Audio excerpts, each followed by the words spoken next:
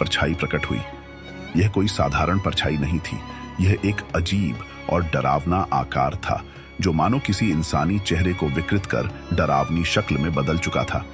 वह आवाज में बोली, हे राजा विक्रमादित्य, तुम यहाँ क्यों आए हो? क्या तुम्हें मृत्यु का भय नहीं है?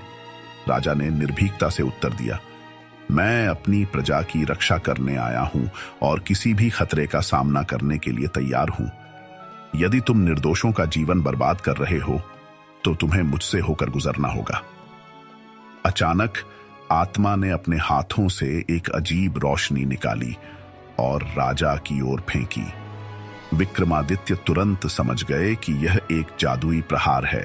उन्होंने अपनी तलवार से उस रोशनी को काट दिया, लेकिन जैसे ही रोशनी टकराई, एक जोरदार विस्फोट हुआ और पूरी हवेली कांप उठी। विक्रमादित्य ने महसूस किया कि इस आत्मा में तांत्रिक शक्तियां हैं, परंतु वे निडर थे। उन्होंने अपनी तलवार उठाई और आत्मा पर प्रहार किया, पर आत्मा हवा में घुलती सी दिखाई दी और पीछे से हंसते हुए बोली, तुम मुझे हरा नहीं सकते राजा विक्रम।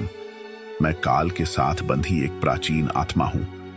इतना सुनते ही विक्रमादित्य को समझ में आ गया कि यह आत्मा केवल शक्ति से नहीं मरेगी, इसके पीछे कोई गहरा रहस्य है। तभी उन्होंने देखा कि हवेली के एक कमरे में एक पुराना पीतल का घड़ा रखा हुआ है।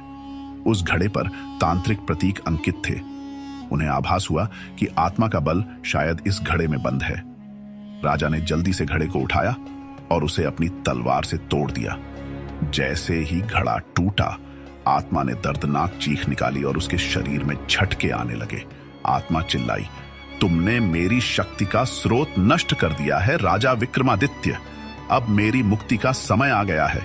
इतना कहते ही आत्मा धुएं में बदलकर हवेली से बाहर निकल गई और देखते ही देखते हवा में विलीन हो गई। आत्मा का अंत होते ही हवेली में फैला सन्नाटा गायब हो गया और चारों ओर रोशनी फैल गई। विक्रमादित्य ने गांव के लोगों को इसकी सूचना दी और अगले दिन उन्हें राज्य में सम्मान पूर्वक वापस लाया गया। राजा विक्रमादित्य की इस बहादुरी की कहानी सुनकर हर कोई उनके साहस और वीरता का गुणगान करने लगा। उनके पराक्रम और विवेक ने एक बार फिर साबित कर दिया कि निडरता, बल और बुद्धि के साथ कोई भी अज्ञात शक्ति हार मान लेती है। इस कहानी से यह सीखने को मिलता है कि सच्चा साहस और बुद्धिमत्ता किसी भी रहस्य और भय से पार पा सकते हैं। राजा विक्रमादित्य का साहस हमें बताता है कि यदि आप निडर होकर किसी कठिनाई का सामना करते हैं तो आप अपने लक्ष्य तक अवश्य पहुंच सकते हैं। Thanks for watching.